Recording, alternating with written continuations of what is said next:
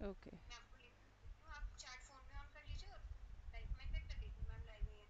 Okay okay okay okay Nida.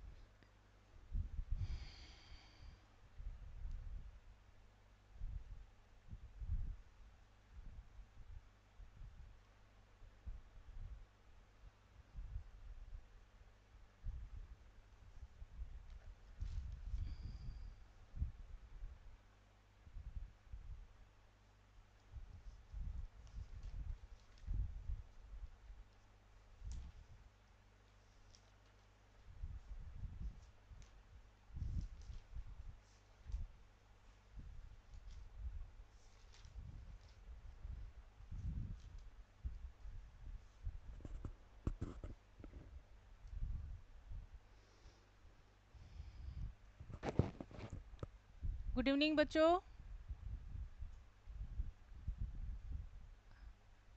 आप सभी सुन पा रहे हैं?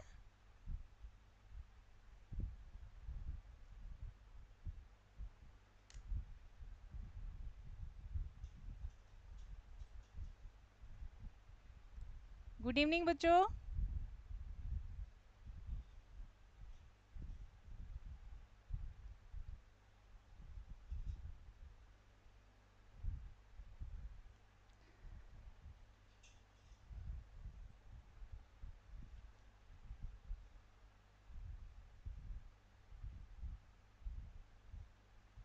Okay okay okay.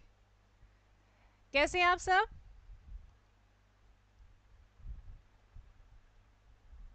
I hope सभी बहुत अच्छे होंगे, बढ़िया होंगे, स्वस्थ होंगे। चलिए आज की हम क्लास शुरू करते हैं। आज की हमारी क्लास जो रहेगी वो सेट एग्ज़ाम, जो हमारा सेट होने वाला है, असेसमेंट टेस्ट जो आपका होने वाला है अगस्त के पहले सप्ताह में, उसके रिगार्डिंग आज की क्लास है। उससे संबंधित जो भी आप लोगों के डाउट्स हैं, जो 3 दिन की जो वीडियोज़ आपने देखे हैं इस सप्ताह में, उनके जो भी डाउट्स रहे हैं उसको हमने इकट्ठा किया है, उन प्रश्नों को लिया है आज की इस कक्षा में। और इसके अलावा भी यदि आपके कोई प्रश्न रहते हैं क्लास के दौरान, तो आप वो सभी चैट बॉक्स में लिख करके मुझे बता सकते हैं। तो चलिए शुरू करते हैं।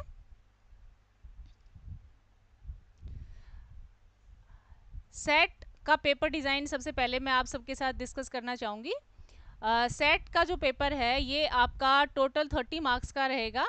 और इसमें किस तरह के प्रश्न पूछे जाएंगे वो जरा एक बार देखें आप। इसमें 8 प्रश्न जो हैं ऑब्जेक्टिव टाइप क्वेश्चंस रहेंगे, जो है एक एक नंबर के, जिसमें 3 मल्टीपल चॉइस क्वेश्चन रहेंगे, 2 जो है वो फिल इन द ब्लैंक्स रहेंगे, एक 1 वर्ड आंसर टाइप रहेगा और एक असर्शन रीजन क्वेश्चन रहेगा, जिसमें आपको 3-4 स्टेटमेंट्स दिए जाएंगे और उसके अनुसार आपको क्वेश्चन का आंसर देना है। दूसरा आपका रहेगा वेरी शॉर्ट आंसर टाइप। ये 2 नंबर के क्वेश्चन रहेंगे और ये 3 रहेंगी, संख्या 3 रहेगी।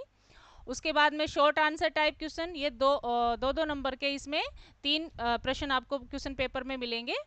और उसके बाद में ऐसे टाइप में रहेंगे आपके पास 2 क्वेश्चन रहेंगे 5-5 नंबर के। इसमें इंटरनल चॉइस भी आपको मिलेगी और मिलेगा एक पहला क्वेश्चन जो है, एक क्वेश्चन दे दिया गया आपको 5 नंबर का, चाहे वो सिंगल पार्ट में भी हो सकता है, 2 पार्ट में भी हो सकता है, 3 पार्ट में भी हो सकता है, और उसके साथ में और की चॉइस मिलेगी। तो इस तरह से आपके टोटल जो है 30 मार्क्स बनते हैं सेट के पेपर के। चलिए आगे बढ़ते हैं।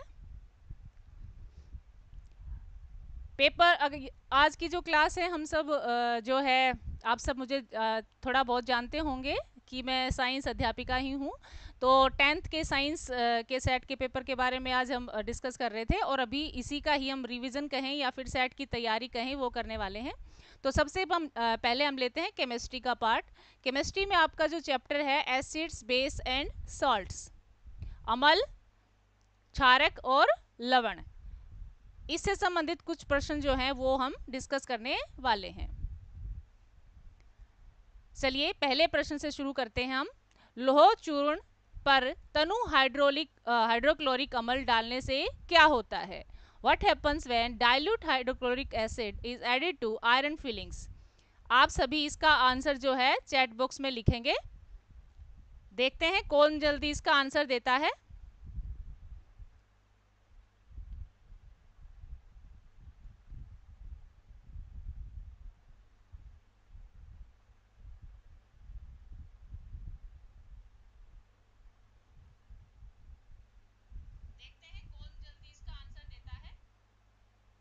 चार ऑप्शन है इसमें।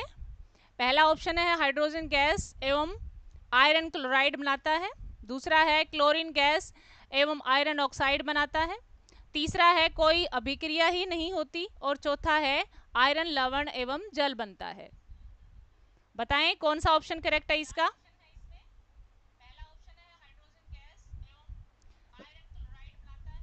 Very good, very good. Sandeep, Naresh Rajput, Prerna Jangra, Harish Kumar, Sandeep, Mukesh, Raunak, very good. लगता है चैप्टर आप सबने बहुत ही बढ़िया तरीके से पढ़ा है और समझा भी है, और सेट की तैयारी में आप सबको कोई समस्या, बहुत ज़्यादा समस्याएं आपको नहीं है। बहुत ही अच्छी बात है ये। तो इसका राइट ऑप्शन रहेगा हाइड्रोजन गैस एवं iron chloride. Hydrogen gas and iron chloride are produced, ये इसके अंदर बनेंगे। हम इसकी जो है केमिकल रिएक्शन भी देख सकते हैं, यहीं से ही देख सकते हैं हम।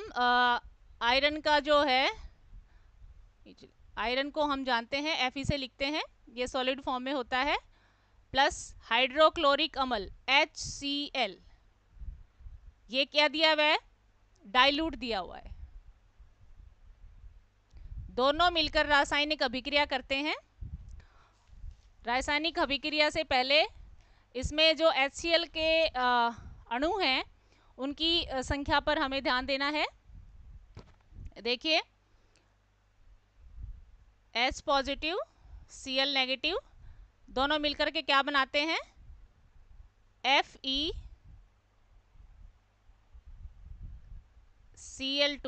यहां से हमें आयरन क्लोराइड मिलेगा और प्लस में क्या मिलेगी, हमें हाइड्रोजन गैस मिलेगी। एक बार संतुलन देख लेते हैं इसका, संतुलित है कि नहीं। आयरन कितना है, 1 है, यहां पर भी है। क्लोरीन 2, यहां पर भी 2। हाइड्रोजन कितने हैं, 2, और यहां पर भी 2। तो हमने इसका रासायनिक समीकरण भी लिख करके देख लिया है कि जब हम लौह चूर्ण पर तनु हाइड्रोक्लोरिक अम्ल डालते हैं तो रिएक्शन के प्रोडक्ट्स हमें क्या मिलते हैं, हाइड्रोजन गैस और आयरन क्लोराइड मिलते हैं। चलिए आगे आगे बढ़ते हैं अगले प्रश्न पर।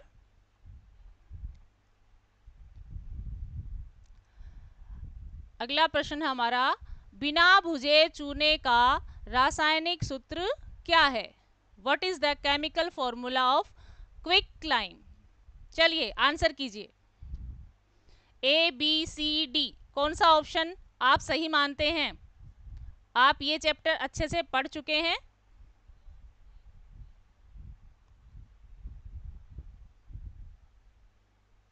बिना भुजा चूना, उसका रासायनिक सूत्र क्या रहेगा।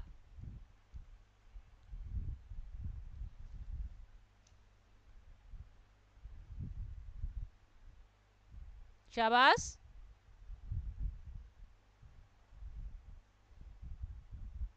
इसमें हमें वेरी गुड, वेरी गुड। प्रेरणा, प्रमोद, अमन, विद्या, कुणाल, संदीप, रौनक, जतिन, प्रीति, सभी ने इसका सही आंसर किया है calcium oxide, CaO। First option, first option calcium oxide is the right answer. Calcium oxide बनता कैसे है, यह एक चूने की भट्टी में लगभग 500 से 600 डिग्री सेल्सियस तक कैल्शियम कार्बोनेट CaCO3 इसको गर्म करने पर बनता है, जिसका नाम बिना भुजा चूना है। रासायनिक सूत्र क्या है इसका, कैल्शियम ऑक्साइड CaO। चलिए आगे बढ़ते हैं। वेरी गुड, बहुत अच्छे आंसर दिए हैं बच्चों आप सबने। अगला प्रश्न है, निम्नलिखित में से विरंजक चूर्ण का रासायनिक सूत्र कौन सा है। चलिए जल्दी जल्दी से चैट बॉक्स में इसका सही आंसर लिखिए। Which of the following is chemical formula of bleaching powder. English में इसका नाम ब्लीचिंग पाउडर है और हिंदी में विरंजक चूर्ण। बताइए, शाबाश।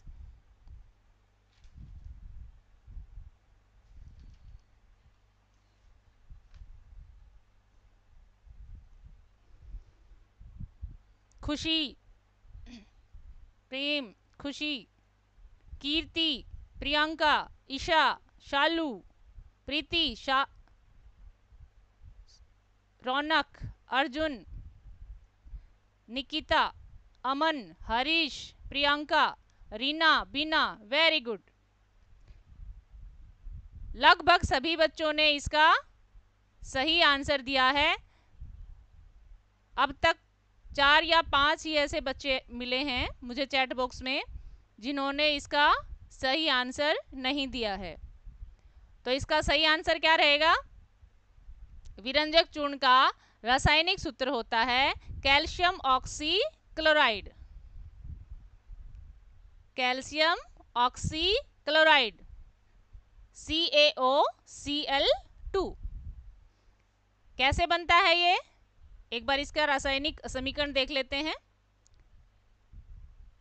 कैल्शियम हाइड्रोक्साइड जब के ऊपर जब क्लोरीन गैस प्रवाहित की जाती है तो हमें मिलता है CaOCl2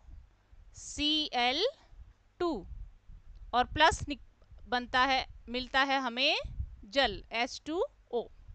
एक बार इसका संतुलन देख लेते हैं परमाणुओं का। Calcium equal oxygen not equal, balancing नहीं है। बताएं कैसे बैलेंस करेंगे इसको हम? CaOH का होल ट्वाइस होता है। कैल्शियम हाइड्रोक्साइड क्या होता है? CaOH का होल ट्वाइस। अब देखें जरा, कैल्शियम 1 है, ऑक्सीजन 2 है हमारे पास राइट साइड में, एक ऑक्सीजन यहाँ है, एक ऑक्सीजन यहाँ है। हाइड्रोजन की बात करें तो हाइड्रोजन 2 यहाँ पर है। हमारे उत्पाद में भी हाइड्रोजन कितने हैं? 2 हैं। क्लोरीन कितने हैं हमारे पास? अभिकारक में हमारे पास 2 क्लोरीन है और यहाँ पर भी क्लोरीन कितने हैं? 2। हमारा समीकरण रासायनिक अभिक्रिया जो है वो संतुलित है। चलिए आगे बढ़ते हैं। बहुत बढ़िया। अगला प्रश्न, निम्न में से किसके विलयन का उपयोग दीवारों पर सफेदी के लिए किया जाता है? Which of the following solution is used to white wash walls? दीवारों पर जो सफेदी करते हैं हम, अभी दीपावली आने वाली है, अपने घरों पर जो है सफेदी करेंगे, तो निम्न में से किसके विलयन का उपयोग किया जाता है? 4 ऑप्शन हमारे पास, sodium hydroxide, calcium hydroxide, magnesium hydroxide, उपरोक्त सभी। बताएं जरा कौन सा ऑप्शन आपको सही लगता है?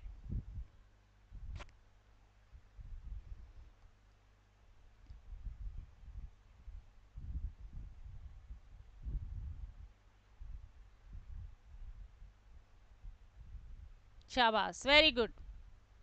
हरीश, संदीप, प्रीति, अंकुर, अमन, हरीश, अमित, मनोज,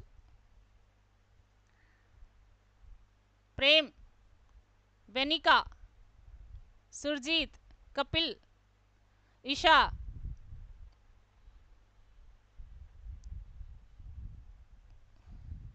संदीप, रितिका, कमल सैनी। बहुत बढ़िया। प्रीति बेटा आप, वेरी गुड वेरी गुड। कुछ एक बच्चों को छोड़कर अभी तक 4 बच्चे ऐसे आए हैं चैट बॉक्स में जिन्होंने इसका आंसर सही नहीं किया है। तो इसका सही आंसर क्या रहेगा? कैल्शियम हाइड्रोक्साइड, बुझा हुआ चूना। कौन सा है इसमें ऑप्शन? कैल्शियम हाइड्रोक्साइड, बुझा हुआ चूना, CaOH का होल ट्वाइस। चलिए आगे बढ़ते हैं।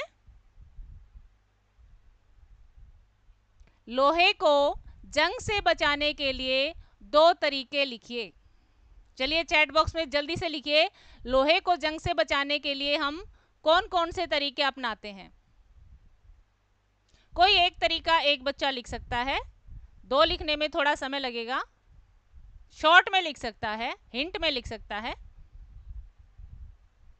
कुसुम तंवर, कुसुम आपका नाम ले रही हूं बेटा। यस,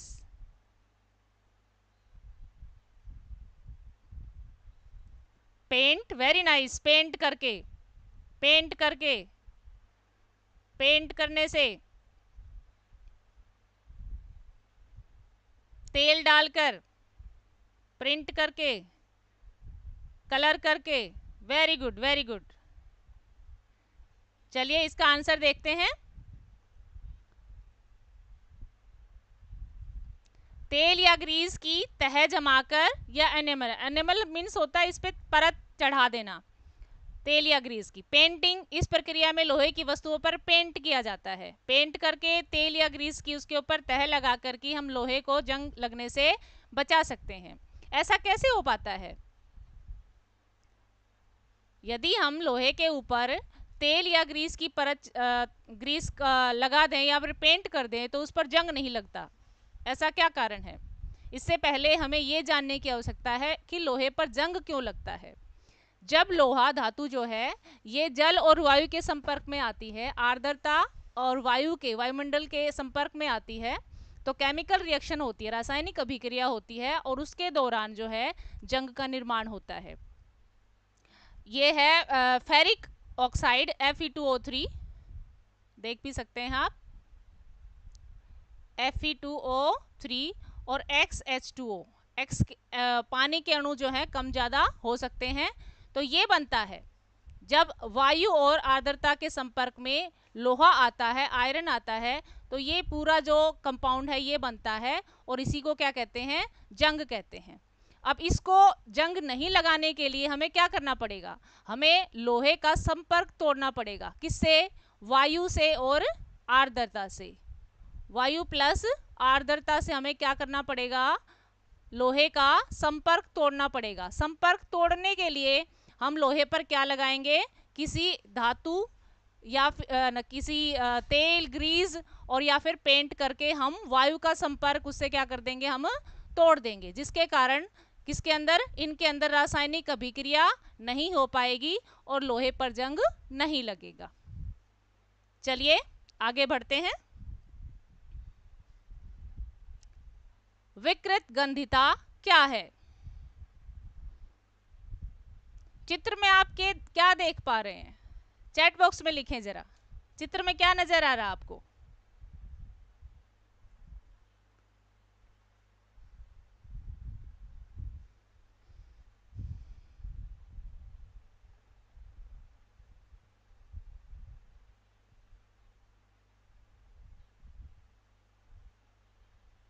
ज्योति, हरीश, तनु शर्मा,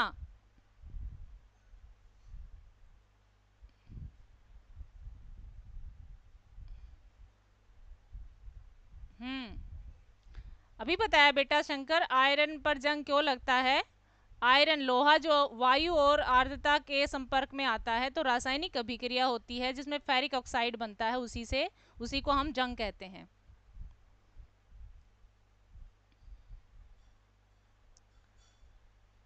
मशरूम, ब्रेड, खराब ब्रेड। चलिए देखते हैं विकृत गंधिता क्या होती है। जब भोजन में वसा और तेल आक्सीकृत हो जाते हैं तो भोजन का स्वाद और गंध बदल जाते हैं। आक्सीकृत होने से क्या समझते हैं आप? आक्सीकृत जो है कई कारणों से हो सकता है। तापमान से जो है आक्सीकृत होने के कारण कई हो सकते हैं। तापमान में वृद्धि हो सकती है, प्रकाश हो सकता है, ऑक्सीजन हो सकती है, आर्द्रता हो सकती है, कोई उत्प्रेरक हो सकता है। इन सभी कारणों से क्या होता है? उपचयित होने पर वसायुक्त और तेलीय खाद्य सामग्री के स्वाद और गंध में परिवर्तन आ जाता है। स्वाद और गंध उसके बदल जाते हैं। इसी प्रक्रिया को क्या कहते हैं? विकृत गंधिता, रेंसिडिटी। यह प्रक्रिया प्रकाश, गर्मी, हवा के संपर्क जैसे कारकों से तेज हो जाती है। हम देखते हैं कि ब्रेड और गर्मियों की यदि हम बात करें तो जो चपाती होती है उसके ऊपर एक परत बन जाती है ग्रीन से कलर की, तो वो किसके कारण होती है? अपचयन हो जाता है किसका? वसा का और तेलीय खाद्य पदार्थों का, जिससे उसके स्वाद, अगर हम सब्जी की बात करें तो गर्मियों में सब्जी भी खराब हो जाती है, उसका कारण भी क्या होता है? यही विकृत गंधिता होती है। चलिए आगे बढ़ते हैं। उदासीनीकरण अभिक्रिया क्या है? एक उदाहरण दीजिए। What is neutralisation reaction? Give an example. उदासीनीकरण अभिक्रिया क्या होती है? देखिए बेटा, जब कोई अम्ल किसी क्षारक के साथ अभिक्रिया करता है, अभिक्रिया के दौरान अम्ल अपना अम्लीय प्रभाव खो देता है और क्षारक अपना क्षारकीय प्रभाव खो देता है और नया उत्पाद बनता है जिसका नाम होता है लवण और साथ में बनता है जल। इस तरह की अभिक्रिया जहां पर भी देखी जाएगी, जहां पर भी होती है, उस अभिक्रिया को क्या कहते हैं? उदासीनीकरण अभिक्रिया। देखो इसमें क्या क्या होना आवश्यक है? एक हमारे पास अम्ल होना आवश्यक है, एक हमारे पास क्षारक होना आवश्यक है। जब दोनों मिलकर, दोनों अभिकारक मिलकर अभिक्रिया करते हैं तो उत्पाद के रूप में हमें क्या मिलता है? लवण और जल मिलता है। इसी अभिक्रिया को क्या कहते हैं? उदासीनीकरण अभिक्रिया या फिर न्यूट्रलाइजेशन रिएक्शन। हम देख सकते हैं NaOH क्या है? एक क्षारक है। क्या है? एक क्षारक है। और HCl हाइड्रोक्लोरिक अम्ल क्या है? एक अम्ल है। दोनों मिलते हैं तो लवण बनता है, सोडियम क्लोराइड लवण, जो हम खाने में भी इस्तेमाल करते हैं, साधारण नमक जो होता है। और साथ में क्या बनता है? H2O जल। तो ये कौन सी अभिक्रिया हो गई? उदासीनीकरण अभिक्रिया। तो उदासीनीकरण अभिक्रिया क्या हुई? जब भी किसी अम्ल को क्षारक के साथ अभिक्रिया करवाएंगे तो प्रोडक्ट के रूप में, उत्पाद के रूप में हमें लवण और जल मिलेंगे। ऐसा कोई दैनिक जीवन का उदाहरण आप में से कोई बच्चा बता सकता है जहां पर उदासीनीकरण अभिक्रिया आप देखते हैं? चैट बॉक्स में लिखें ऐसा कोई उदाहरण जिसमें आप उदासीनीकरण अभिक्रिया अपने दैनिक जीवन में अपने आसपास भी देखते हैं। एक पदार्थ का नाम लिखें जो उदासीनीकरण अभिक्रिया में मददगार होती है। कोई एक पदार्थ। चैट बॉक्स में एक सिंगल किसी ऑब्जेक्ट का, किसी मटेरियल का नाम लिखें, किसी पदार्थ का नाम लिखें, कोई खाने का, पीने का, जिसके कारण उदासीनीकरण अभिक्रिया होती है। टेबल सॉल्ट तो बेटा बाई प्रोडक्ट, इसका उत्पाद है, प्रोडक्ट है।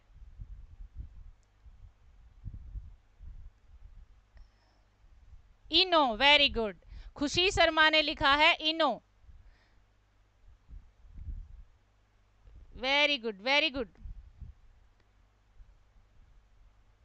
हाँ, टूथपेस्ट एक क्षारक है। इनो का उपयोग जो है उदासीनीकरण अभिक्रिया का एक बहुत अच्छा उदाहरण है। जब हमें पेट में जो है एसिडिटी, हम कहें जलन और इस तरह से अम्लीयता बढ़ जाती है पेट के अंदर, तो उसको दूर करने के लिए हम इनो पाउडर जो पाउच आता है वो पानी में डाल करके उसको पीते हैं। तो उसकी प्रकृति कैसी होती है? क्षारकीय होती है। क्षारक जो है अम्ल के साथ, जो हमारे पेट के अंदर अम्ल की मात्रा जो बढ़ी हुई होती है उसके साथ अभिक्रिया करके और उसके अम्लीय प्रभाव को खत्म कर देता है और पेट का दर्द क्या हो जाता है? ठीक हो जाता है। इनो में कौन कौन से क्षारक होते हैं? मेनली इसमें दो क्षारक होते हैं, एक तो सोडियम कार्बोनेट और एक सोडियम बाइकार्बोनेट।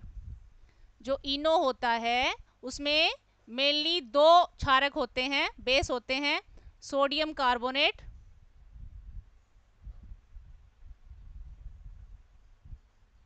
और दूसरा होता है सोडियम बाइकार्बोनेट।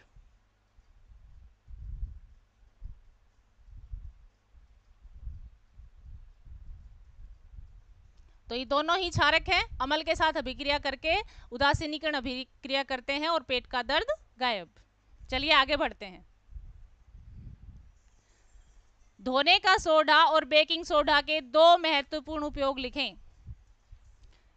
स्लाइड पे वैसे ही लिखा हुआ है, आप सबने कक्षा में पढ़ा भी होगा कि धोने का सोडा कपड़े धोने का जो सोडा है वो किस तरह से उपयोग में लाते हैं आप, और बेकिंग सोडा जो है किस तरह से उपयोग में लाते हैं। ये हमने वो प्रश्न उठाए हैं जो 3 दिन की जो 3 आपके वीडियो जो आपके साथ शेयर किए गए थे, उसमें जो प्लायो के जो क्वेश्चंस थे जिनके उत्तर काफ़ी सारे बच्चे सही नहीं दे पाए थे, उन प्रश्नों को हमने इसमें अधिकतर उन प्रश्नों को लिया है और साथ में और डाउट्स क्वेश्चंस भी लिए हैं।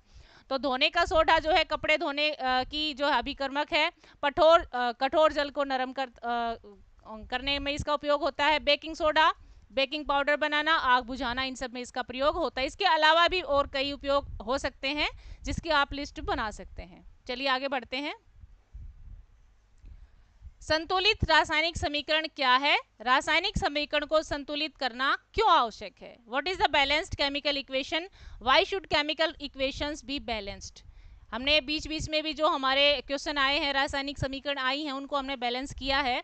बैलेंसिंग का मीनिंग क्या है कि ये हमारे, देखिए आप इसमें देख पा रहे हैं रासायनिक समीकरण में ये जो लेफ्ट पार्ट है ये वाला, इनको बोलते हैं, क्या कहते हैं इनको? अभिकारक।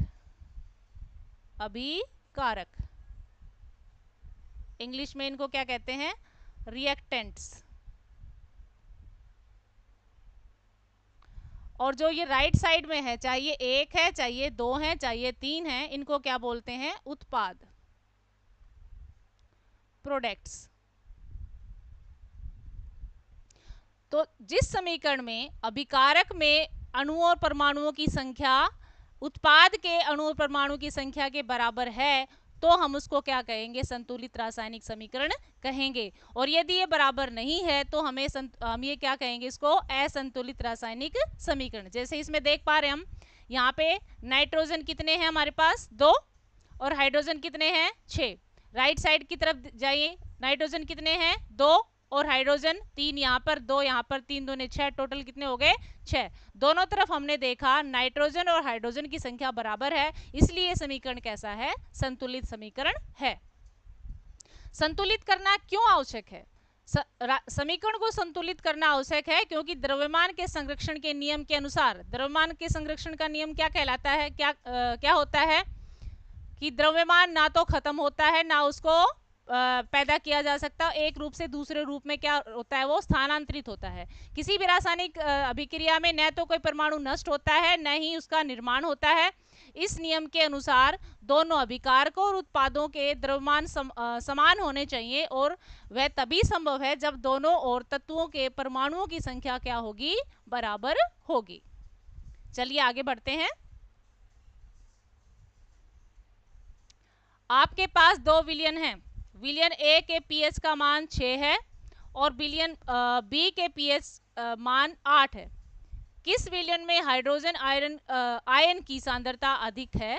इनमें से कौन अम्लीय तथा कौन क्षारकीय है? चैट बॉक्स आपके सामने है, मुझे फटाफट से लिख के बताएं कि विलयन ए का पीएच मान 6 है तो वो क्या है? अम्ल है या क्षार है? और विलयन बी का पीएच मान 8 है तो वो अम्ल है या क्षार है?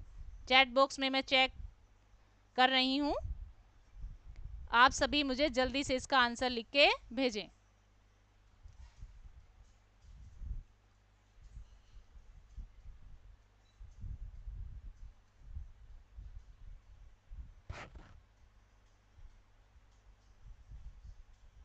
छह एसिड और 8 बेस। गौरव शर्मा, खुशी शर्मा, वेरी गुड बेटा। Anurag, very good. Rajneesh, very good. Sudhir, Shalu, Lakshmi, Pramod, Beena, Vijay, Geetika, Preeti, Shobha, Lakshmi, Kiran Kumari, Sangam, very good. Almost बच्चों ने सही आंसर किया है। क्या? जिसका पीएच मान 6 है वो क्या रहेगा? अम्ल रहेगा, और जिसका पीएच मान 8 है वो क्या रहेगा? क्षारक रहेगा।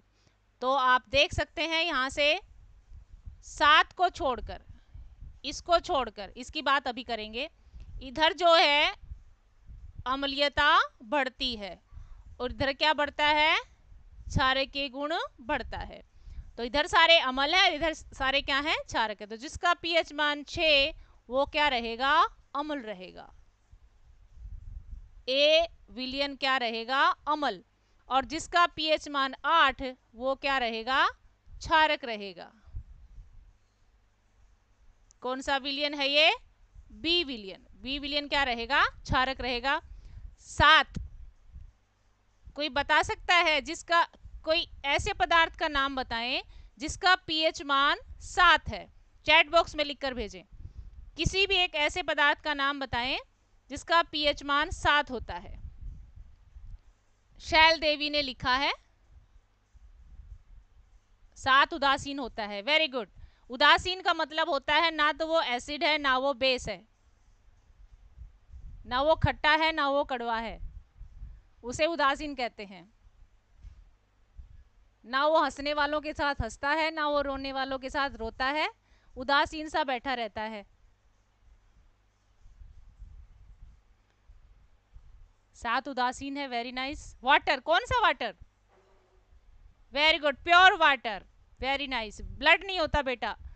विजय सैनी ने लिखा है यस, डिस्टिल्ड वाटर जो होता है, डिस्टिल्ड वाटर उसका पीएच मान 7 होता है, ना तो वो एसिड है ना वो बेस है। डिस्टिल्ड वाटर, यदि हम 7 पीएच मान की बात करें तो ना वो एसिड होता है ना वो बेस होता है। एग्जाम्पल आप एक कम से कम डिस्टिल्ड वाटर दे सकते हैं। चलिए आगे चलते हैं। अगला पार्ट है हमारा फिजिक्स। केमिस्ट्री का पार्ट पहला चैप्टर था हमारा acid based basis and salt, वो हम उसका रिवीजन अभी कर चुके हैं। अभी हम चलेंगे फिजिक्स वाले पार्ट पर। फिजिक्स में आपका जो लेसन है, जो सेट 1 में आने वाला है, light reflection and refraction. Light reflection और रिफ्रैक्शन, एक बार थोड़ा सा हम इसको देख लेते हैं। रिफ्लेक्शन क्या होता है और रिफ्रैक्शन क्या होता है। यदि इसका थोड़ा सा बेसिक यदि हम देखें तो यदि किसी सरफेस से, किसी धरातल से सूर्य की किरण, प्रकाश की किरण टकराती है और वो उसी माध्यम में वापस लौट जाती है जिस माध्यम से आई है, जैसे ये हमारा एयर है, हवा वाला माध्यम है, और इस माध्यम से आई, जिस पॉइंट पर ये टकराती है उस बिंदु, उस लाइन को बोलते हैं अभिलंब। क्या बोलते हैं उसको? अभिलंब। इसका हम आगे यूज करेंगे, इसलिए थोड़ा सा इसके बारे में बता रही हूं मैं आपको। आपतित किरण यदि उसी माध्यम में वापस चली जाती है तो इसको बोलते हैं रिफ्लेक्शन, परावर्तन। क्या कहते हैं इसको? परावर्तन। इसने अपना मीडियम नहीं बदला, माध्यम नहीं, जिस माध्यम में थी उसी माध्यम में वापस चली गई टकराकर, तो इसे हम क्या कहते हैं? रिफ्लेक्शन, परावर्तन। दूसरी तरफ कोई कांच की स्लैब लेते हैं हम, और उसी तरीके से प्रकाश की किरण जो है सतह से टकराती है, वहां पर अभिलंब बनता है। टकराने के बाद वो पदार्थ के अंदर माध्यम बदल लेती है, यहां से वो अपना माध्यम बदल लेती है, इसको कहते हैं रिफ्रैक्शन, अपवर्तन। क्या कहते हैं इसको? अपवर्तन। यदि वो अपना माध्यम बदल लेती है, मीडियम बदल लेती है, तो उसे हम क्या कहते हैं? अपवर्तन कहते हैं। ये बेसिक से आपको बताना आवश्यक था क्योंकि आगे हम इसी पर आधारित कुछ प्रश्न करने वाले हैं। चलिए आगे बढ़ते हैं।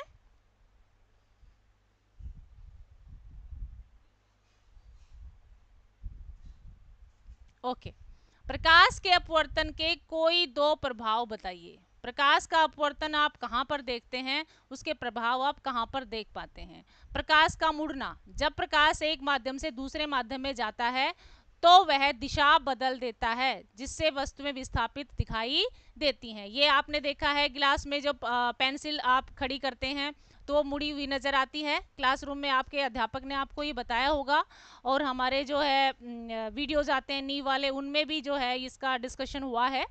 तो ये उसका प्रभाव है। आवर्धन क्या होता है?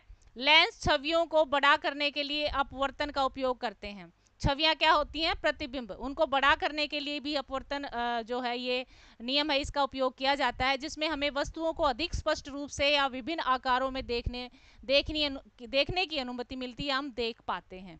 उनका आकार बड़ा करने के लिए जो है प्रकाश के अपवर्तन के नियम का उपयोग करते हैं। चलिए आगे बढ़ते हैं। उस उत्तल दर्पण की फोकस दूरी ज्ञात कीजिए जिसकी वक्रता त्रिज्या 32 सेंटीमीटर है। उस उत्तल दर्पण की फोकस दूरी ज्ञात कीजिए जिसकी वक्रता त्रिज्या 12 सेंटीमीटर है। वक्रता त्रिज्या क्या होती है, देखें जरा इसमें चित्र में। यहां से लेकर के P पोल से लेकर के सेंटर ऑफ कर्वेचर, केंद्रीय प्रकाशिक केंद्र C, इसके बीच की जो दूरी होती है, यहां से लेकर के और यहां तक, ये जो दूरी होती है इसको कहते हैं वक्रता त्रिज्या। ये वो त्रिज्या है जब इस दर्पण को बनाया गया था तो जिस गोले से काट करके, जिस वृत्त से काट करके बनाया गया था, वो उसका सेंटर होता है, सेंटर ऑफ कर्वेचर, ठीक है। और वहां से लेकर के इस दर्पण के जहां से मुख्य अक्ष निकलता है उसके बीच की दूरी, एक तरह से रेडियस मान सकते हो आप इसको। यदि ये पूरा सर्कल होता तो ये रेडियस होता इसका, इसको r से प्रदर्शित करते हैं। और उसका वक्रता त्रिज्या का मान कितना दिया हुआ है, कितना दिया हुआ है यहाँ पर r बराबर कितना दिया हुआ है, 32 सेंटीमीटर। उस उत्तल दर्पण की फोकस दूरी ज्ञात कीजिए। फोकस दूरी क्या होती है, ये है हमारा मुख्य फोकस f से लेकर के पोल के बीच की जो दूरी होती है, ये f से डिनोट करते हैं, इसको f से दर्शाते हैं, ये होती है। और ये क्या होती है, मुख्य फोकस जो है वो P और C के सेंटर में होता है, मतलब बीच में होता है दोनों के। तो हाफ डिस्टेंस इधर और हाफ डिस्टेंस इधर, तो जो R है वो किसके बराबर हो गया, 2f के बराबर हो गया। इधर भी कितनी होती है, ये यहां से लेकर के और यहाँ की बात करें, यहां से लेकर के यहाँ की बात करें तो ये भी कितना होता है, इसका f होता है। एक बार थोड़ा इसको इरेज करके ठीक से बताती हूँ मैं आपको। ओके,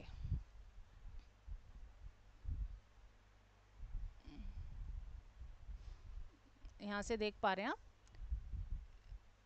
ये हमारा P पोल है जहां से हमारा दर्पण मुख्य अक्ष, ये जो रेखा है ये, इसका नाम है मुख्य अक्ष, मुख्य अक्ष, ठीक है। यहां से लेकर के F के बीच की जो दूरी है, ये वाली दूरी, ये है F मुख्य फोकस है। और यहां से लेकर के सेंटर ऑफ कर्वेचर C, इसकी भी दूरी कितनी है, F है। तो यहां से P से लेकर के C तक की दूरी कितनी है, R। तो R बराबर कितना हो गया, ट्वाइस ऑफ F। और यदि हम F निकाले तो F क्या हो जाएगा, R/2। R हमने क्या निकाला है,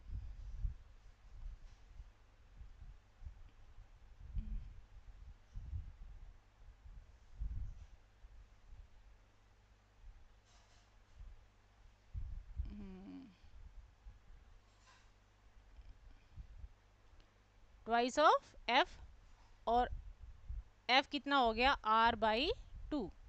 R कितना है, 32, और upon 2 is equal to 16 centimetre. Focus दूरी कितनी आ गई, 16 सेंटीमीटर।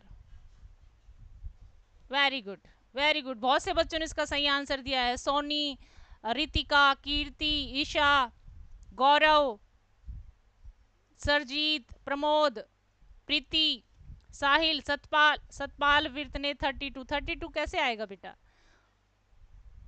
फोकस दूरी तो वक्रता त्रिज्या की आधी होती है।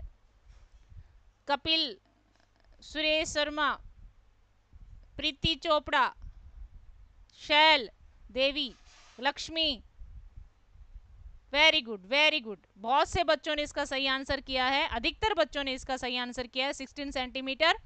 फोकस दूरी जो है हर हमेशा वक्रता त्रिज्या की आधी होती है। चलिए आगे बढ़ते हैं।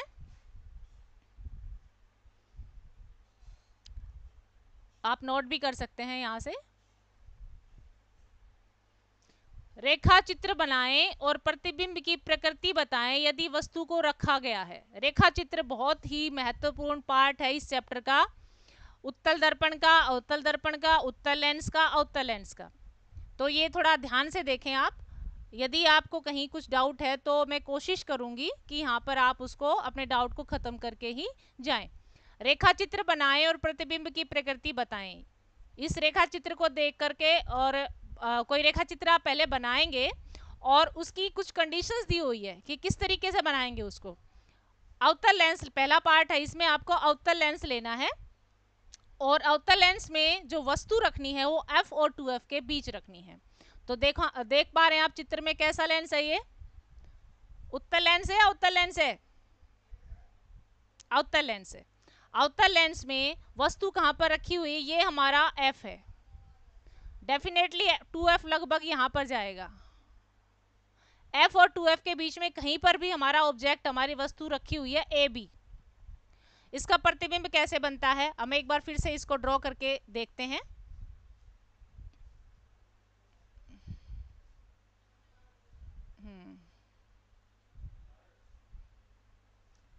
हम एक बार इसको फिर से ड्रॉ करते हैं। हमने ये ले लिया अवतल दर्पण,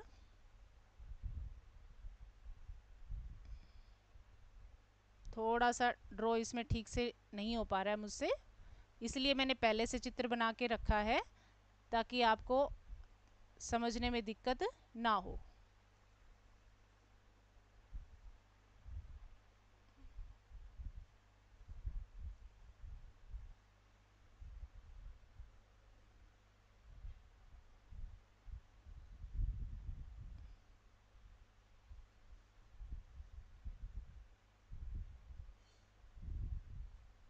ये हमारा क्या है? अवतल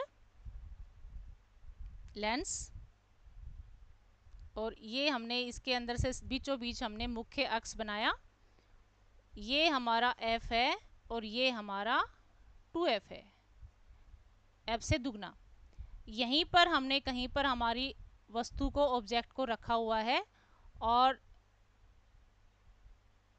चलो किरण से पहले हम बता देते हैं, ये हमारा ए बी कोई ऑब्जेक्ट है, वस्तु है, और इसका हम प्रतिबिंब देखना चाहते हैं कि कहाँ पर बनेगा, कैसा बनेगा, उसकी प्रकृति कैसी होगी।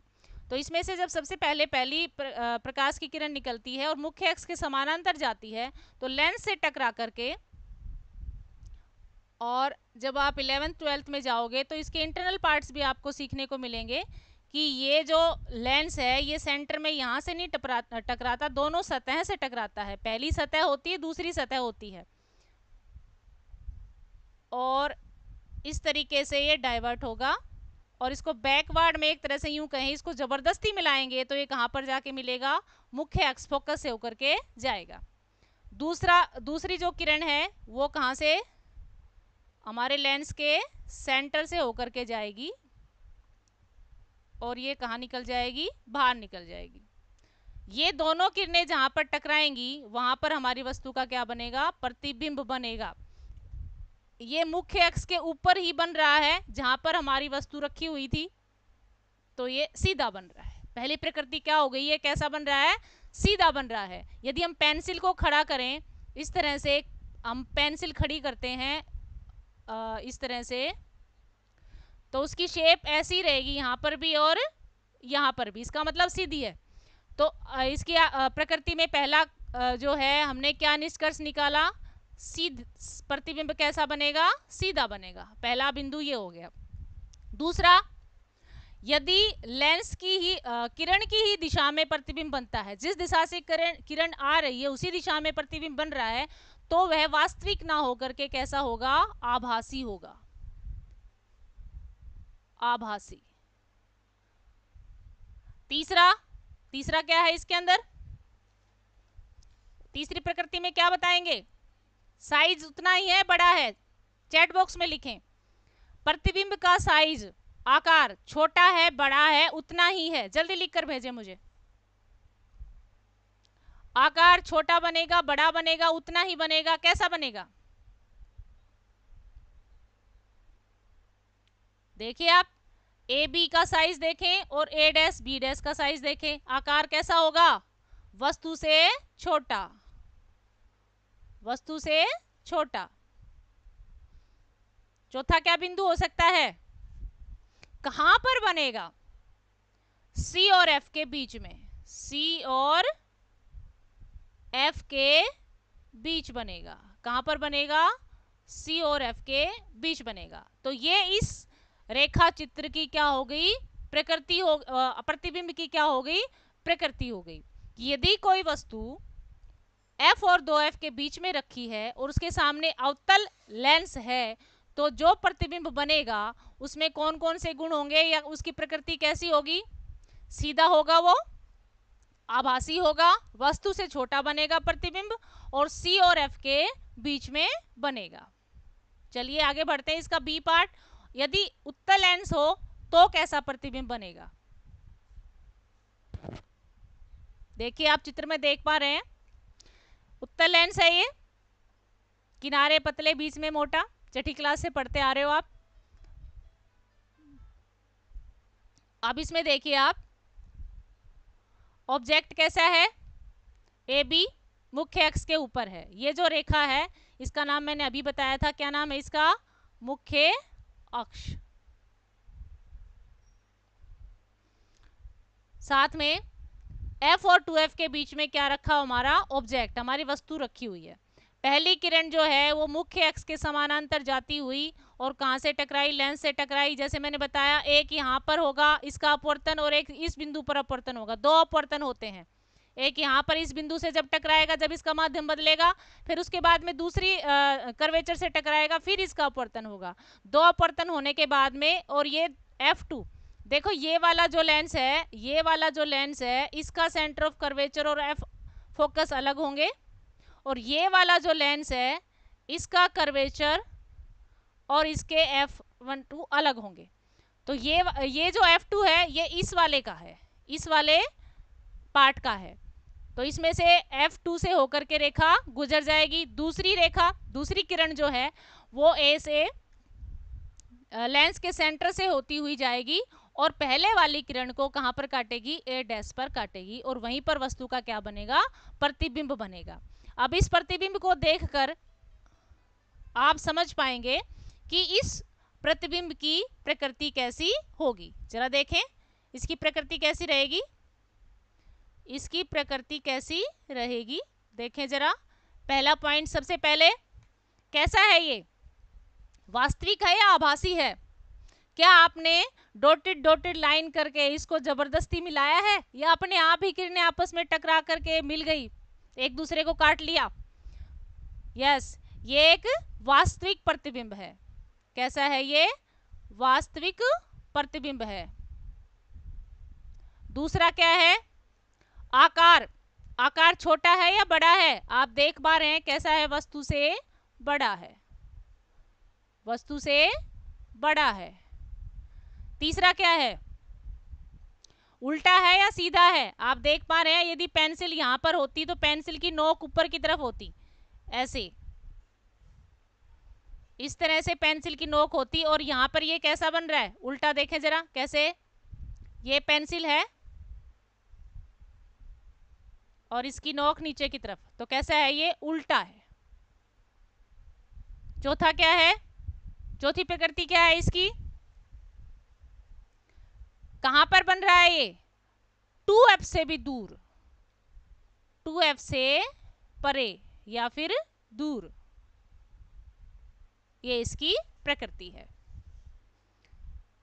सभी बच्चों को रेखा चित्र समझ आया? प्रतिबिंब कैसे बनता है समझ आया? यदि यस तो यस या थंब में मुझे चैट बॉक्स में लिखा हुआ मिलना चाहिए।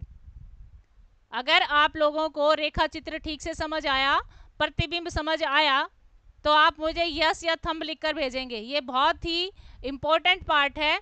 सारे जो रेखा चित्र बनते हैं और सारे जो प्रतिबिंब की प्रकृति बताई जाती है उसका यही पैटर्न होता है, यही तरीका होता है। केवल वस्तु की स्थिति बदल जाती है। कहीं पर वस्तु F पर रखी मिलेगी आपको, कहीं पर 2F पर रखी मिलेगी, कहीं F1 और F2 के बीच में मिलेगी, कहीं F1 और O के बीच में मिलेगी। तो स्थिति बदलेगी, केवल प्रतिबिंब जो है उसी प्रकार से प्रतिबिंब की प्रकृति बदल जाएगी। बाकी बनाने का और उसकी प्रकृति को जानने का तरीका सबका यही रहेगा। वेरी गुड, बहुत सारे बच्चों ने यस लिख के भेजा है। किरण कुमारी, कुसुम,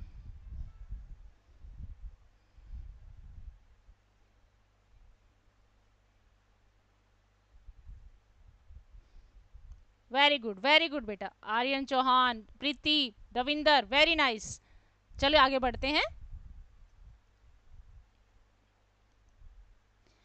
5 सेंटीमीटर लंबाई का कोई बिंब, यदि हम फिजिक्स के इस चैप्टर की बात करें, परावर्तन और अपवर्तन के चैप्टर की बात करें, तो इसकी मुख्य जो चीजें हैं, एक तो आपको में जो रेखा चित्र हैं वो आप ठीक से बना पाते हैं, और उसके अकॉर्डिंग साइन कन्वेंशन, मतलब जो है यू वी एफ, इनका मान सही से लिख पाते हैं।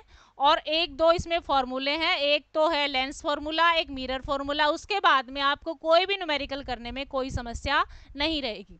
इस प्रश्न को भी सभी बच्चे बहुत ध्यान से देखेंगे। इसी पैटर्न पे आपकी बुक में जो है अभ्यास में भी कई सारे क्वेश्चन हैं और बीच में भी कई सारे क्वेश्चन हैं।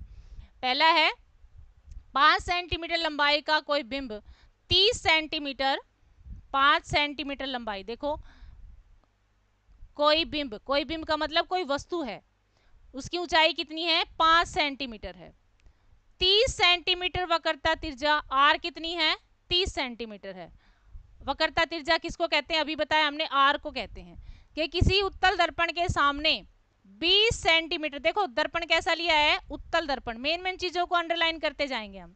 20 सेंटीमीटर दूरी पर रखा है, मतलब वो जो ऑब्जेक्ट है, वो जो वस्तु है, वो दर्पण से 20 सेंटीमीटर की दूरी पर रखा है। देखिए आप बना लेते हैं हम पहले थोड़ा सा उत्तल दर्पण बनाएंगे। ये हमारा क्या हो गया, सॉरी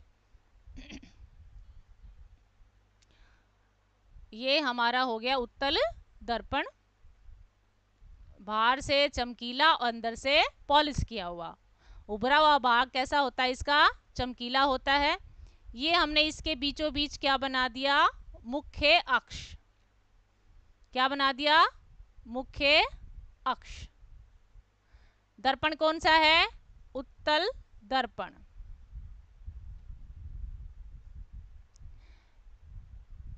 ठीक है।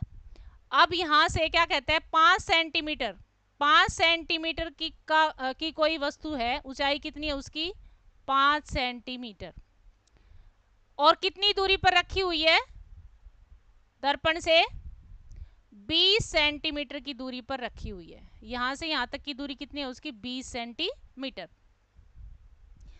वक्रता त्रिज्या, त्रिज्या किधर होगी इसकी, जिधर इसका कर्वेचर है। इसको बढ़ा के देखेंगे हम, पूरा करेंगे तो इसका जो सेंटर है C,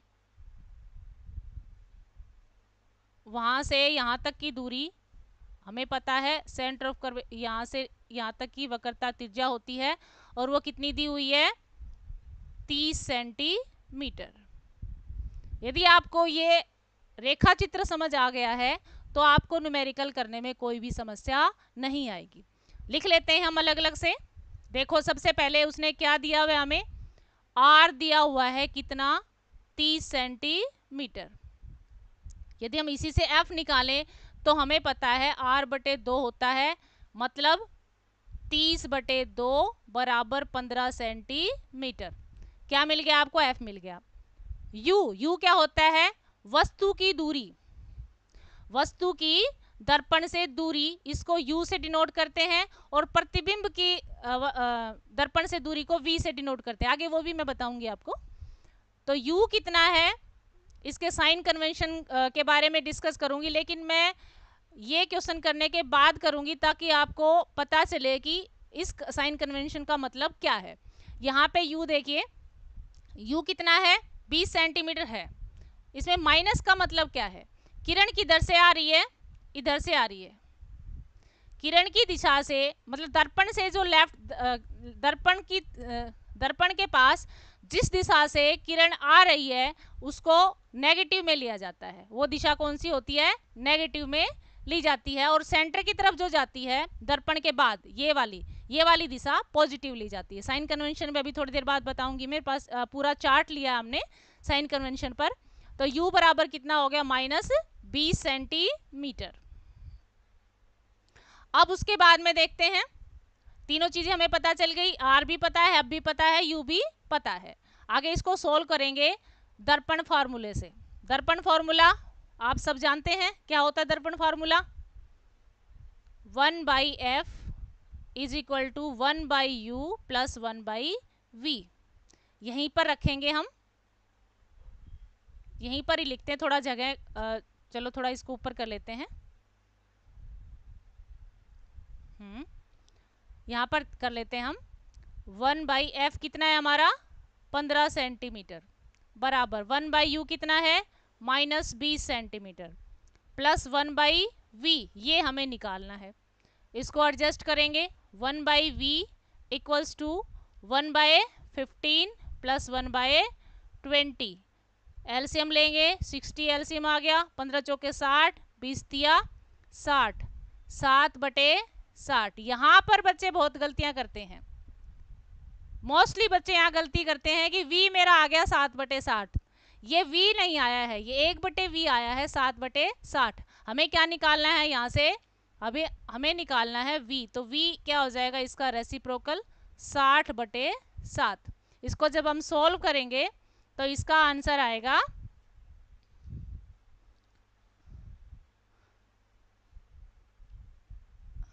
ये देखिए, कैलकुलेशन में बहुत ज़्यादा समय लग जाता है तो मैंने पहले से ही इसको थोड़ा टाइप करके रखा है।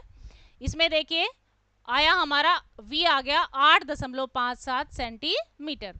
अब प्रतिबिंब की स्थिति देखो v क्या है हमें पता है, ये वस्तु की दूरी नहीं है, ये प्रतिबिंब की दूरी है। ये प्रतिबिंब दर्पण से कितनी दूरी पर बनता है, तो 8.57 की दूरी पर बनता है। प्रतिबिंब की प्रकृति कैसी है देखिए, उसी की v कैसा मिल रहा है आपको, पॉजिटिव मिल रहा है। इसका मतलब दर्पण के पीछे बन रहा है। देखो हमने देखा था ये हमारा दर्पण था और हमने देखा था कि इधर से हमारी किरण आ रही थी और प्रतिबिंब जो है वो कैसा है, पॉजिटिव है। पॉजिटिव का मतलब क्या है, प्रतिबिंब कहाँ बन रहा है, इधर बन रहा है, कहीं इस दिशा में बन रहा है। इस दिशा में बन रहा है तो फिर वो वास्तविक तो नहीं हो सकता, दर्पण के पीछे बन रहा है तो कैसा बना, वो आभासी बना, सीधा बनेगा। प्रतिबिंब का साइज कैसे निकालेंगे, इसके लिए हमारे पास एक और फॉर्मूला है, मैग्निफिकेशन आवर्धन का फॉर्मूला। वो क्या होता है, m बराबर होता है h'/h। h' क्या होता है, प्रतिबिंब की ऊंचाई, और h क्या होता है, वस्तु की ऊंचाई। अब यहाँ से दोनों का मान भरेंगे तो हमें मिल जाएगा ये h'/5। 5 हमें पता था, h सबसे पहले लिखा था हमने। उसके बाद में ये v है हमारा -8.57 और बटे में -20। इसको सोल्व करेंगे, सोल्व करते करते हमें h' मिलेगा 2.14 सेंटीमीटर। तो प्रतिबिंब का साइज कैसा बना, बिंब से छोटी बनी, क्योंकि h कितना था, h बराबर था 5 सेंटीमीटर और h' कितना आया 2.14 सेंटीमीटर। तो इसकी प्रकृति कैसी होगी, ये साइज में वस्तु से छोटा बना। क्या क्या प्रकृति देखी आपने, सीधा बना, आभासी बना, दर्पण के पीछे बना और उसकी जो हाइट है वो वस्तु की हाइट से छोटी बनेगी। यदि समझ आया ये पार्ट तो थंब भेजे या यस भेजे ग्रुप चैट बॉक्स में, यदि नहीं तो फिर इसको फिर से देखेंगे। इसी तरह के जो प्रॉब्लम्स हैं ये आप सब करके देखेंगे। एक बार साइन कन्वेंशन देख लेते हैं। जब किसी वस्तु को, ये आप करके बताएंगे मुझे, जब किसी वस्तु को 2f से परे रखा जाता है तो उत्तल लेंस द्वारा बनाई गई छवि को दिखाने के लिए किरण आरेख खींचिए। किरण आरेख पहले से ही बनाया हुआ है मैंने, आप ये अपने आप से बना करके देखेंगे कि जब किसी वस्तु को 2f1 से परे रखा जाता है, मतलब देखा हमने बताया था कि यहाँ से 2f से भी पीछे यदि वस्तु को रखा जाता है तो प्रतिबिंब किस प्रकार बनेगा, ये आरेख आप बना करके देखेंगे। ये देखिए साइन कन्वेंशंस, एक बार सारे बच्चे ध्यान से समझेंगे इसको, साइन कन्वेंशन क्या होता है। दर्पण का साइन कन्वेंशन क्या होता है, ये हमारा दर्पण है। कौन सा दर्पण है, ये अवतल दर्पण है। कौन सा दर्पण है, अवतल दर्पण है। अवतल दर्पण में हमने देखा अवतल दर्पण का सेंटर ऑफ कर्वेचर कहाँ मिलेगा, देखे लेफ्ट साइड में मिलेगा। ये सेंटर ऑफ कर्वेचर सी है, इसका सेंटर ऑफ कर्वेचर सी। सी से पी के बीच की दूरी को हम आर से डिनोट करते हैं, आर से लिखते हैं। यहां से देखिए चित्र, इधर टेबल जो बनी हुई है, और ये वाला जो है अवतल को इंग्लिश में कनकेव कहते हैं। This is concave lens, this is concave lens, this is convex lens, जिसको उत्तल कहते हैं हिंदी में। चलिए इसमें देखिए आप, अगर कनकेव मिरर है तो यू मतलब वस्तु की पी से दूरी, वस्तु यहाँ पर रखी है तो यहाँ से लेकर के और यहाँ के बीच की दूरी जो है यू, वो कैसी ली जाएगी, माइनस ली जाएगी, नेगेटिव ली जाएगी। उसके बाद में अगर वर्चुअल इमेज बनती है तो वर्चुअल इमेज का मतलब इधर ही इमेज बने, इस दर्पण के लेफ्ट साइड में इधर ही इमेज बनती है तो जो वी बनेगा, वी जाएगा वो कैसा जाएगा, पॉजिटिव जाएगा। यू हमेशा नेगेटिव होगा, बट वी यदि इमेज रियल बनती है तो नेगेटिव जाएगा और वर्चुअल बनती है तो पॉजिटिव जाएगा। उसके बाद एफ, एफ हमेशा नेगेटिव रहेगा। क्यों रहेगा, क्योंकि सेंटर ऑफ कर्वेचर कहाँ है हमारा, इधर ही है, लेफ्ट साइड में ही है। सर्कल हमारा देखिए, सर्कल कहाँ बन रहा है, इधर ही बन रहा है, इधर बन रहा है, तो हमारा जो एफ है वो हर हमेशा लेफ्ट साइड में रहेगा। तो ये इसका जो है साइन कन्वेंशन माइनस में साथ में जाएगा। आर भी हमारा लेफ्ट साइड में रहेगा तो आर भी हमारा माइनस में जाएगा। उसके बाद जाएं कॉन्वेक्स मिरर पर। कॉन्वेक्स मिरर में देखिए ऑब्जेक्ट हमेशा जो है माइनस साइन कन्वेंशन के साथ जाता है, क्योंकि वो उधर से ही हमारी किरणें आती हैं दर्पण की तरफ। उसके बाद में देखिए अगर इमेज नो रियल इमेज बनती, इसमें रियल इमेज बनती ही नहीं है, कॉन्वेक्स लेंस कॉन्वेक्स मिरर में रियल इमेज बनती ही नहीं है, हर हमेशा वर्चुअल इमेज ही बनती है। तो वी जो है इसका क्या जाएगा, वी हमेशा पॉजिटिव ही जाएगा। अब भी इसका पॉजिटिव जाएगा। क्यों पॉजिटिव जाएगा देखें जरा, इसका इसकी जो कर्वेचर है वो किधर पूरी होती है, इधर पूरी होती है।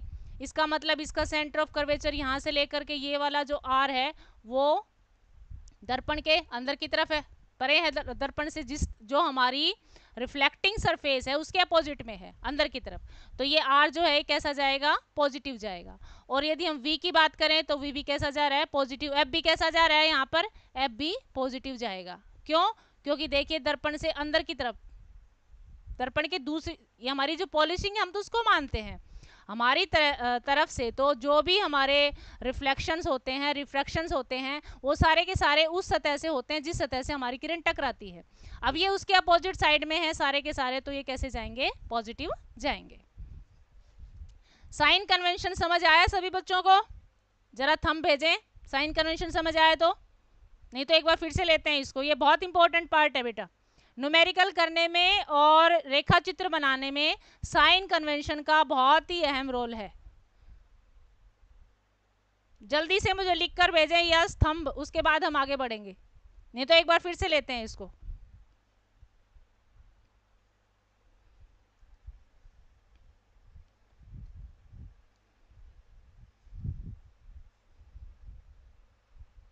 वेरी गुड गगन, यस रिंकू,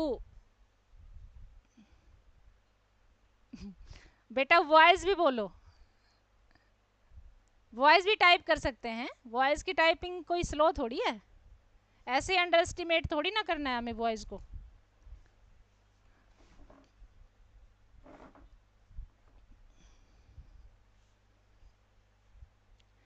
टाइप करके भेजें यस और नो, साइन कन्वेंशन ठीक से समझ आया या नहीं आया।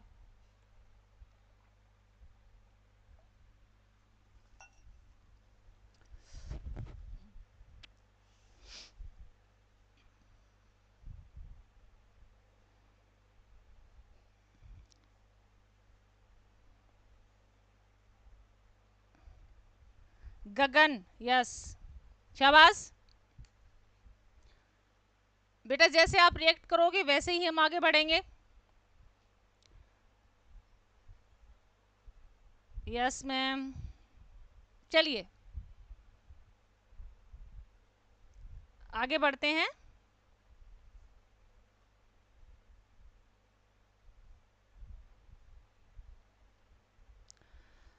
अगला क्वेश्चन, एक कार पर पीछे देखने के लिए उपयोग किए जाने वाले उत्तल दर्पण की वक्रता त्रिज्या 3 मीटर है।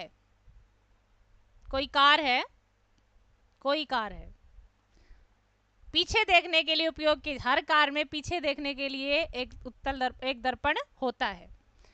हम जिस कार की बात कर रहे हैं उसमें जो दर्पण इस्तेमाल किया गया है उसकी वक्रता त्रिज्या कितनी है, 3 मीटर। इसका मतलब आर कितना गिवन है, 3 मीटर। यदि एक बस इस दर्पण से 5 मीटर की दूरी पर स्थित हो, अब एक बस भी आ रही है भाई, और वो दर्पण से 5 मीटर की दूरी पर है, किससे दूरी पर है, दर्पण से ना, यदि बस इस दर्पण से 5 मीटर की दूरी पर है तो प्रतिबिंब की स्थिति, प्रकृति और आकार ज्ञात कीजिए।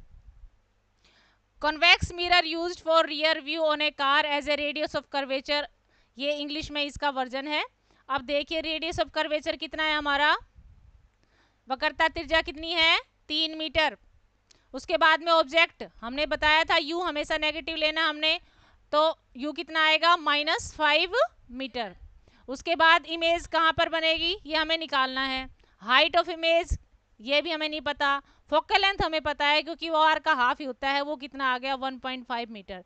ये सारी चीजें जो हैं ये तो हम क्वेश्चन को देखकर ही हमने वहां से क्या कर ली हैं, क्वेश्चन से ही सारी की सारी हमने फाइंड आउट कर ली हैं। अब आगे चलते हैं।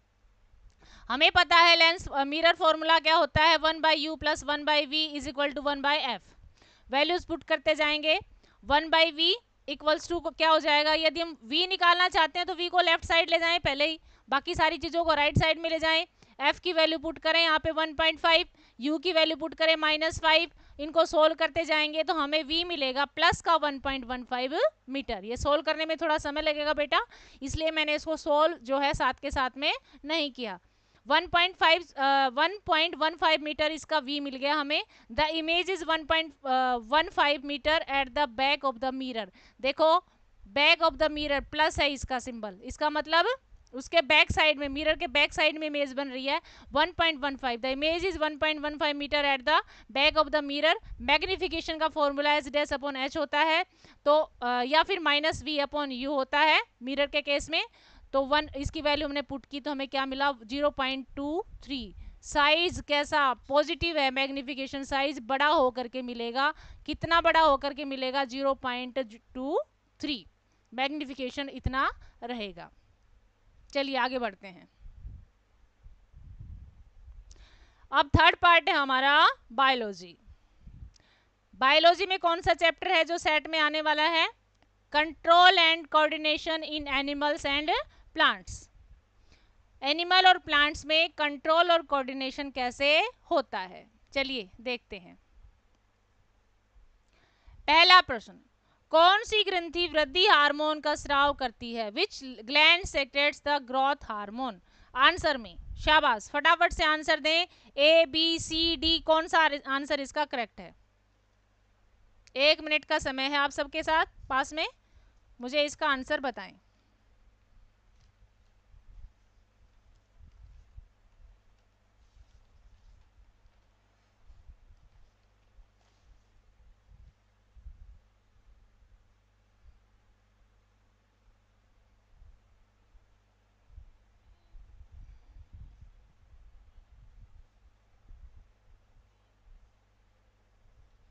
शाबाश, जल्दी आंसर करें।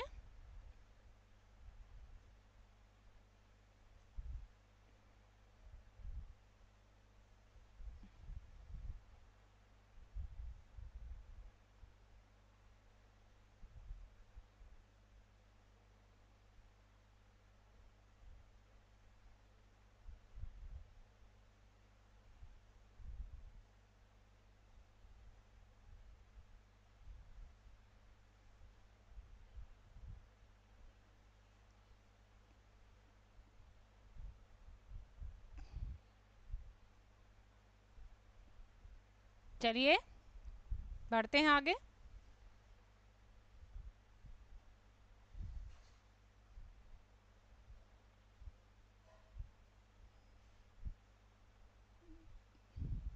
Still waiting for your responses.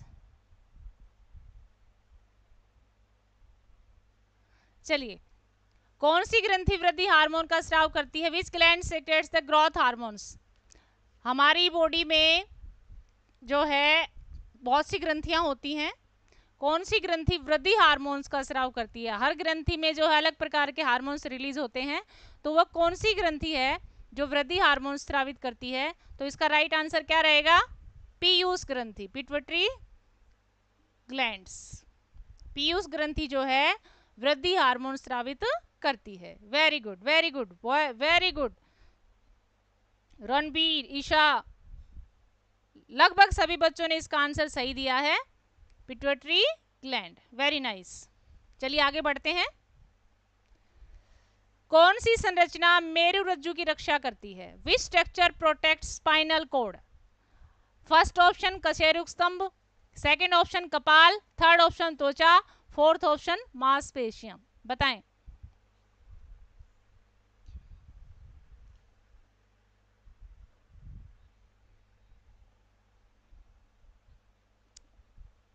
Answer me. कशेरुक स्तंभ, कपाल, त्वचा, मांसपेशियां। कौन सी संरचना है इनमें से जो मेरुरज्जु की रक्षा करती है?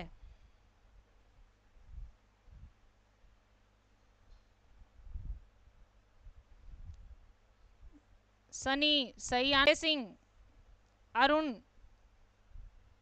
Aman Kumar, very good. चलिए इसका आंसर देखते हैं, कौन सी संरचना मेरुरज्जु की रक्षा करती है? तो ये रीढ़ की हड्डी जो होती है हमारी, वो इसकी रक्षा करती है। रीढ़ की हड्डी में क्या होते हैं? कशेरुक स्तंभ पाए जाते हैं, वर्टिब्रल कॉलम्स पाए जाते हैं। कोई बता सकता है मनुष्य में जो है वो कितने कशेरुक स्तंभ होते हैं? वर्टिब्रल कॉलम्स कितने होते हैं? चैट बॉक्स में लिख के बताएं। मनुष्य में, मानव में कितने वर्टिब्रल कॉलम्स होते हैं? कशेरुक स्तंभ कितने होते हैं? चैट बॉक्स में लिख के बताएं।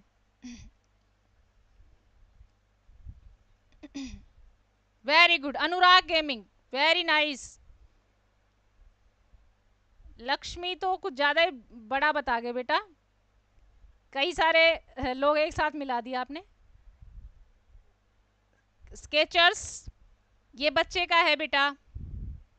वेरी नाइस, यस स्केचर्स। Very nice Sarjeet, very nice. Kusum, very nice. Shlok, yes very good. जब बच्चा पैदा होता है तब उसमें कशेरुक स्तंभ पाए जाते हैं 33, क्योंकि बॉडी उसकी फ्लेक्सिबल होती है। जैसे जैसे बड़ा होता जाता है तो इसके कुछ और इंटरनल पार्ट्स होते जाते हैं। थोड़ा डिटेल में बताने का समय अभी हमारे पास नहीं है। तो जो मनुष्य, वयस्क मनुष्य होता है, मानव होता है, उसमें 26 होते हैं, और जब बालक पैदा होता है तब उसके अंदर 33 होते हैं। चलिए आगे बढ़ते हैं।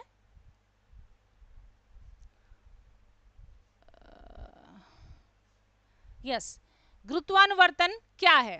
What is geotropism? क्या होता है गुरुत्वानुवर्तन? गुरुत्वाकर्षण हम सब जानते हैं क्या होता है। पृथ्वी हर वस्तु को अपनी तरफ आकर्षित करती है। जिस बल से आकर्षित करती है उसे गुरुत्वाकर्षण बल कहा जाता है। जिस गुरुत्वीय त्वरण से वो किसी वस्तु को अपनी तरफ आकर्षित करती है, वह उस वस्तु का या पृथ्वी का क्या कहलाता है? गुरुत्वाकर्षण बल कहलाता है। अब देखें जरा चित्र में, यहाँ पर आप देख पा रहे हैं, चाहे आप पौधे, किसी कोई भी पौधा आप उगाते हैं, और यदि आप इसको सीधा रखते हैं, यदि ये गमला जो है इस तरीके से रखा जाता, तो भी जो है जड़ें कैसे आती? इसकी नीचे की तरफ आती, और पत्तियां कैसे जाती? इसकी ऊपर की तरफ ही जाती। पत्तियां कैसे जाती? इसकी ऊपर की तरफ ही जाती, नीचे की तरफ पत्तियां नहीं आती। इस तरह का स्ट्रक्चर होता। अब इसने गमले को क्या कर दिया? टेढ़ा कर दिया, देखने के लिए कि क्या ऐसा ही होता है। उसने देखा कि जो जड़ें हैं वो आप देखिए नीचे की तरफ ही जा रही हैं, और जो ऊपर का तने वाला पार्ट है वो ऊपर की तरफ ही जा रहा है। जो पौधों की जड़ों का प्रकाश के विपरीत दिशा में अनुक्रिया करना ही क्या कहलाता है? गुरुत्वानुवर्तन कहलाता है। देखो प्रकाश कहाँ है? ऊपर की तरफ है, तो जो तना है इसकी दिशा यही रहेगी, और जड़ें जो है धनात्मक देखो हमारा गुरुत्वाकर्षण बल है वो भी नीचे की तरफ होता है। ये पृथ्वी है हमारी, दिस इज अर्थ, पृथ्वी है, तो गुरुत्वीय बल जो है वो इस दिशा में काम कर रहा है, और ये जो हमारी जो जड़ों की दिशा है वो भी नीचे की तरफ है, तो इसको क्या बोलेंगे हम? धनात्मक गुरुत्वानुवर्तन। और जो विपरीत दिशा में है, जो तने वाला पार्ट है, वो ऋणात्मक गुरुत्वानुवर्तन हो जाएगा। तो इसी को क्या कहते हैं? गुरुत्वानुवर्तन कहते हैं। जड़ें जो है नीचे की तरफ जाती हैं, जो पॉजिटिव धनात्मक गुरुत्वानुवर्तन कहलाता है। तना ऊपर की तरफ आता है जो कि ऋणात्मक, क्योंकि वो गुरुत्वाकर्षण ग्रेविटेशनल फोर्स की अपोजिट डायरेक्शन में होता है। ग्रेविटेशनल फोर्स डाउनवर्ड है और तने की जो दिशा है वो अपवर्ड है, तो ये कैसा हो गया? नेगेटिव डायरेक्शन में हो गया। चलिए आगे बढ़ते हैं। वायवीय और अवायवीय श्वसन में क्या अंतर है? ये जो है 5 नंबर का जो हमारा पार्ट है, थर्ड जो लास्ट क्वेश्चन था जिसमें ऑप्शंस भी होते हैं, उसमें इसकी चांसेस रहते हैं हमेशा ही। तो इसमें डिफरेंसेस कैसे हैं, वैसे आपने क्लासरूम में पढ़ा भी, एक बार हल्का सा जल्दी से इसको रिवाइज कर लेते हैं। वायवी, जैसा कि नाम से ही पता चल रहा हमें, इसमें कहीं ना कहीं वायु का जिक्र रहेगा, और अवायवीय इसमें कहीं ना कहीं वायु की एब्सेंस रहेगी। वायु श्वसन ऑक्सीजन की उपस्थिति में होता है, ये ऑक्सीजन की अनुपस्थिति में होता है। इसमें ग्लूकोज का पूर्ण विखंडन होता है, ग्लूकोज जो है टूट जाता है छोटे छोटे टुकड़ों में और पूर्ण रूप से टूट जाता है। अवायवीय में क्या होता है, श्वसन में ग्लूकोज का पूर्ण विखंडन नहीं, टूटता तो है ग्लूकोज स्मॉल पार्ट्स में, बट पूरा नहीं टूट पाता। वायु श्वसन में अंतिम उत्पाद कार्बन डाइऑक्साइड और जल होता है। जब पूरा विखंडन हो जाता है तो उत्पाद क्या बनते हैं, कार्बन डाइऑक्साइड और जल। अवायवीय में क्या बनता है, लैक्टिक अम्ल और इथेनॉल बनता है। ये आपको मेन डिफरेंस देखना है। इसमें काफी मात्रा में ऊर्जा उत्पन्न होती है, 38 एटीपी अणु। इसमें काफी कम मात्रा में ऊर्जा उत्पन्न होती है क्योंकि ऑक्सीजन का अभाव होता है, 2 एटीपी। यह क्रिया उच्च जीवधारियों में पाई जाती है, जैसे ज्यादातर पौध और जंतुओं में, मानव, हिरण, पक्षी आदि। और यह क्रिया निम्न जीवधारियों में पाई जाती है, यीस्ट और फीताकर में। यह कोशिका द्रव्य और माइटोकॉन्ड्रिया में होता है, यह केवल कोशिका द्रव्य और मानवों के पेशी कोशिका में होता है। ये इसके बेसिक से डिफरेंस थे, मैंने शॉर्ट में ही लिया है इसको। आगे चलते हैं। स्वपोषी और विषमपोषी पोषण में के बीच 3 अंतर लिखे। ये मैंने वो प्रश्न लिए हैं जिनके उत्तर जो है वो आप प्लायो में जो इससे रिलेटेड प्रश्न दिए हुए थे, उनके उत्तर काफी सारे बच्चों ने ठीक नहीं किए थे, इसलिए ये प्रश्न लिए हैं मैंने। स्वपोषी और विषमपोषी पोषण के बीच में 3 अंतर बताइए। स्वपोषी आप छठी कक्षा से पढ़ते आ रहे हैं। स्वपोषी अपना भोजन स्वयं बनाएं। विषमपोषी, इसके बारे में बात करते हैं। कुछ जीव जैसे पौधे सरल पदार्थों में अपना भोजन स्वयं बनाते हैं, स्वपोषी हैं। पोषण के तरीके को स्वपोषी पोषण के रूप में जाना जाता है, जो भोजन के लिए पौधों और स्वपोषियों पर निर्भर करते हैं। या तो वो पौधों पर निर्भर करते हैं या स्वपोषी पौधे ही होते हैं, निर्भर करते हैं, उन्हें परपोषी कहा जाता है। पोषण के तरीके को विषमपोषी पोषण कहा। देखें इसमें 2 बातें हैं, परपोषी ये तो जीव हैं, और इस पोषण का नाम है विषमपोषण, विषमपोषी पोषण।